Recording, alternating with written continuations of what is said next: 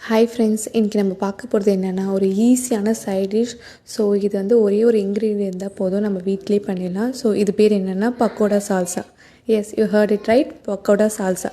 So first என்ன பண்ணணும்னா பக்கோடாவை நல்லா வந்து கையில் வந்து நல்லா தூள் தூளாக ஆக்கி வச்சுக்கோங்க. நெக்ஸ்ட்டு கேஸ் ஆன் பண்ணி இதில் வந்து ஒரு தக்காளி நல்லா சுட்டுக்கணும். ஸோ எல்லா சைடுமே ரோஸ்ட் ஆகி நல்லா பிளாக் கலராக ஆகிற மாதிரி சுட்டுக்கோங்க. நெக்ஸ்ட்டு 3 காஞ்ச மிளகா, ஸோ அதையுமே நல்லா ரோஸ்ட் ஆகிற மாதிரி நல்லா வறுத்துக்கோங்க.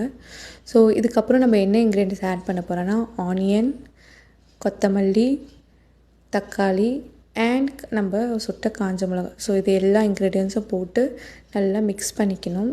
ஸோ இதுக்கு கூட வந்து உப்பு, லெமன் இது நல்லா நீங்கள் மிக்ஸ் பண்ணிக்கலாம். ஸோ நீங்கள் வந்து ஸ்பூன் வச்சு தான் கலக்கணும், இல்லை நீங்கள் கையில் கூட நல்லா மிக்ஸ் பண்ணிக்கலாம். ஸோ இது மிக்ஸ் பண்ணோடனே உங்களோட பக்கோடா சால்சா ரெடி. ஸோ இது வந்து நீங்கள் பக்கோடா இருந்தால் நீங்கள் ஈஸியாக சைட் டிஷ் பண்ணிடலாம். ஸோ நான்வெஜ் சாப்பிடாத அன்றைக்கி இது நீங்கள் செஞ்சு சாப்பிட்டிங்கன்னா உங்களுக்கு ஈஸியாக இருக்கும். ஸோ இதுக்கு பக்காவான சைட் டிஷ் எதுக்காக செட் ஆகும்னா சாம்பார், கூட்டு, ரசம் இது எல்லாத்துக்குமே சூப்பராக இருக்கும். ஸோ செஞ்சு பார்த்துட்டு கமெண்ட் பண்ணி